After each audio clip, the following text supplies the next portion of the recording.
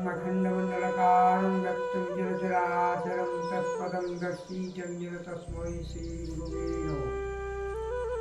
সত্য সাধনা মানব ধর্ম। আজ আমাদের আস্বাদনীয় বিষয় তা হল ধর্মবিজ্ঞান আলোক চৈতন্য রসায়ন। মা ও মানব ধর্ম গ্রন্থ হইতে এটি পঠিত হইতেছে।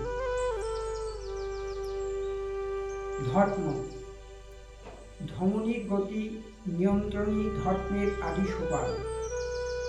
যে ধমনী দিয়ে প্রাণীর প্রাণ নিরন্তর উজ্জীবিত হতে থাকে, আর ধমনী প্রতিটি স্পন্দনের মাধ্যমে দেহ মন আত্মার মধ্যে চৈতন্য বিস্তার হয়। তাই ধমনীর গতিপথে ধর্ম চেতনার নিত্য প্রবাহ স্থিত। এই নিত্য প্রবাহকে মধুর রসের দ্বারা আস্বাদন করাই ধর্ম। ধমনী যেন মনকে উদ্বিগ্ন না করে শান্ত গভীর রুদ্ধতার মাধ্যমে আত্মচৈতন্যকে নির্মলতার দ্বারা সুস্থতা প্রদান করে। এই মর্মে শ্বাসক্রিয়াকে নিয়ন্ত্রণ করার দ্বারা দেহ ও মনের ক্রিয়াসমূহ সুসম্পন্ন হয়। দেহ যদি উদ্বিগ্ন হয়, মন চঞ্চল হয়, ধর্ম পালন কখনো সম্ভব নয়। তখন ধর্ম চেতনা দুর্বল হয়ে পড়ে, দিশাহীনতায় বিপর্যস্ত হবে। এই সূত্রে ধমনীকে যে যতখানি সুস্থ সবল ক্রিয়াশীল চৈতন্যময় ভাবে স্থিত রাখতে সমর্থ হবেন, সে ততটা আনন্দময় পরমানন্দ রসপুষ্টির দ্বারা এ জগতের চরিত্র গঠনের সাধনায় সাফল্য অর্জনের সামর্থ্য হবেন। আর এ থেকেই রসনার সংযম ও রসপুষ্টি তথা রহস্যময় জীববিজ্ঞানের তত্ত্বভাণ্ডার উন্মোচিত হতে থাকে। যত যত সাধক গুণীজন আছেন, তাহাদের জীবনচক্র এই মর্মে সাধিত হয়। একাধারে ইহা মনোবিজ্ঞান এবং মহত্তর পন্থা অনুধাবনের আদর্শ মার্গদর্শন। বিজ্ঞান বিশুদ্ধতর পন্থা অবলম্বনী বিধিবৎ কোন বিষয়বস্তুর অন্তর্নিহিত গুণাবলীকে সম্যকভাবে জ্ঞাত হয় বিজ্ঞানের মূল সূত্র। এ হচ্ছে বিজ্ঞানের শব্দের ধারা। এবার জ্ঞান শব্দ থেকে জ্ঞাতব্য বিষয়কে পুনঃ পুনঃ পরীক্ষণের দ্বারা বাস্তব সত্য উদ্ঘাটনই বিজ্ঞান চেতনার মুখ্য উদ্দেশ্য। এজন্য বিজ্ঞান বিধি নিয়মকেই সর্বাধিক মান্যতা প্রদান করে। এত ব্যতীত বিজ্ঞান তার রহস্য উদ্ঘাটনে ব্যর্থ হয়। তখন তাহা অপবিজ্ঞানের স্রোতে বিপর্যস্ত হইয়া বিপরীত ফল প্রদান করে, যার প্রেক্ষিতে বিশৃঙ্খলতার সৃষ্টি করে, প্রকৃতির উপর বৈপরীত্য এনে দেয়। সেই পরিণাম সমগ্র মানব সভ্যতাকে ভোগ করিতে হইতেছে। বিজ্ঞানের ন শব্দ।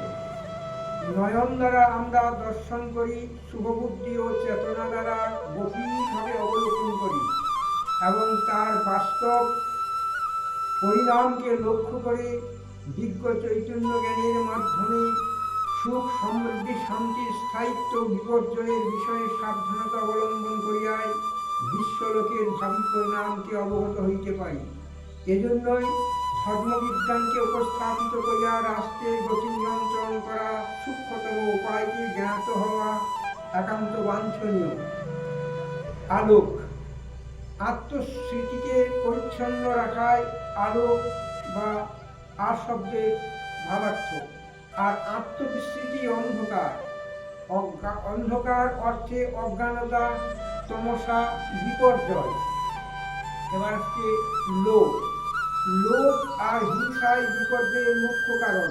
এজন্য লোভ সম্বরণে ও হিংসা থেকে বিরত থাকায় আলোক চৈতন্য রসায়নের দিব্য ভাণ্ডারকে উন্মুক্ত করা জীবন গড়ার কারিগরিতা ও উন্নয়নের মুখ্য সোপান। প্রতিটি দ্রব্যই লস্ত্রবৎ একমাত্র চৈতন্য ধারায় চিরন্তন সত্যের উপর আধারিত সমস্ত উপভোগ্য বস্তুর পরিণাম দর্শিতা জীবনকে চাপ আর আশা আকাঙ্ক্ষাকে পরিবর্তিত করে। তৎপরিণামী অমৃতময় জীবনাদর্শকে উপস্থাপিত করে। ইহাই বাস্তব চিরন্তন আলোক উজ্জ্বলময় ভবিষ্যৎ পরিণাম চৈতন্য রসায়ন। চিন্ময় তত্ত্ব অবিকারী, চিরায়ত, মাধুর্যমণ্ডিত, সুবর্ণ তার জ্যোতিচ্যুত হয় না। বাহ্যিক মালিন্য তাকে ঢেকে রাখতে পারে না। স্বপ্নের বিকল্প নেয়। স্বপ্ন স্বপ্নই, অমলিন। শুধুমাত্র খাদ যে পর্যন্ত মিশ্রিত থাকে সেই উজ্জ্বল হয়ে ওঠে। এই মলিনতাকে অপসারণ করায় চৈতন্য রসায়ন। আজকে পরম শুভক্ষণ আমরা উপভোগ করছি। আজ থেকে 540 বর্ষ পূর্বে 1407 শতাব্দে 13ই ফাল্গুনী পূর্ণিমার দিনে শ্রীমন মহাপ্রভু অবতীর্ণ হয়েছিলেন আমাদের ধরাধামে শ্রীধাম নবদ্বীপে। সেই দিনটি ছিল পূর্ণগ্রাস চন্দ্রগ্রহণের দিন। এই যে গ্রহণের স্নিগ্ধতা, আলোর উজ্জ্বলতাকে গ্রাস করা, তার অর্থ সে সময়কালীন ভারতীয় সনাতন ধর্ম একেবারে পর্যুদস্ত ব্রাহ্মণ্যবাদ তথা বিজাতীয়দের নানান বিদ্রুপ তথা ধর্মান্তরকরণের বিবিধ প্রতিহিংসামূলক ক্রিয়াকলাপের দ্বারা সমাজ হয়েছিল বিপর্যস্ত এবং বিদিক শূন্য। এই পরম শুভক্ষণে শ্রীমন মহাপ্রভুর শুভ আবির্ভাব ঘটে।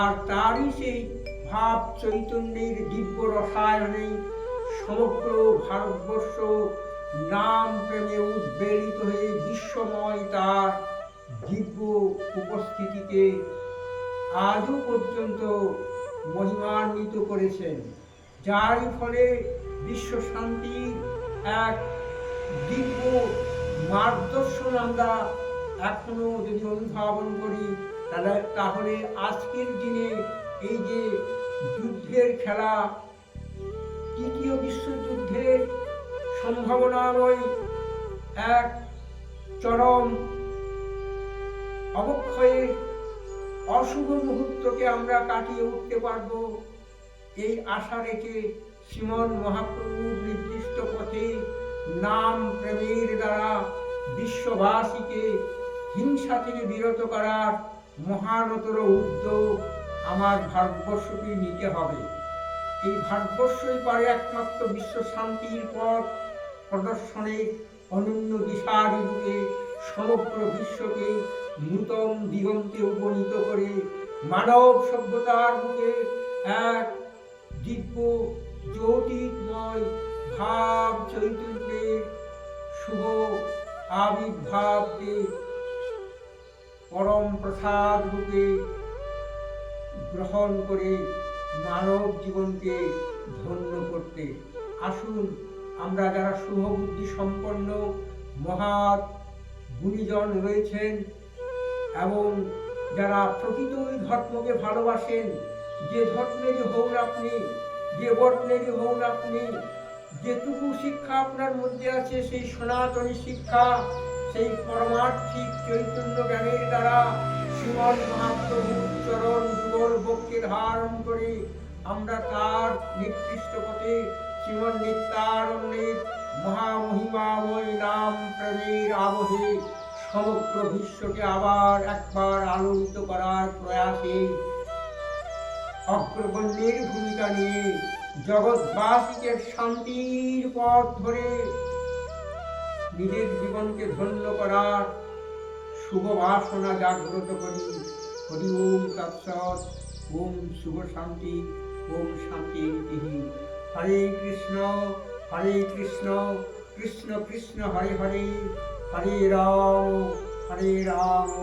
রাম রাম হরে হরে। ওম শান্তি। ওম শান্তি।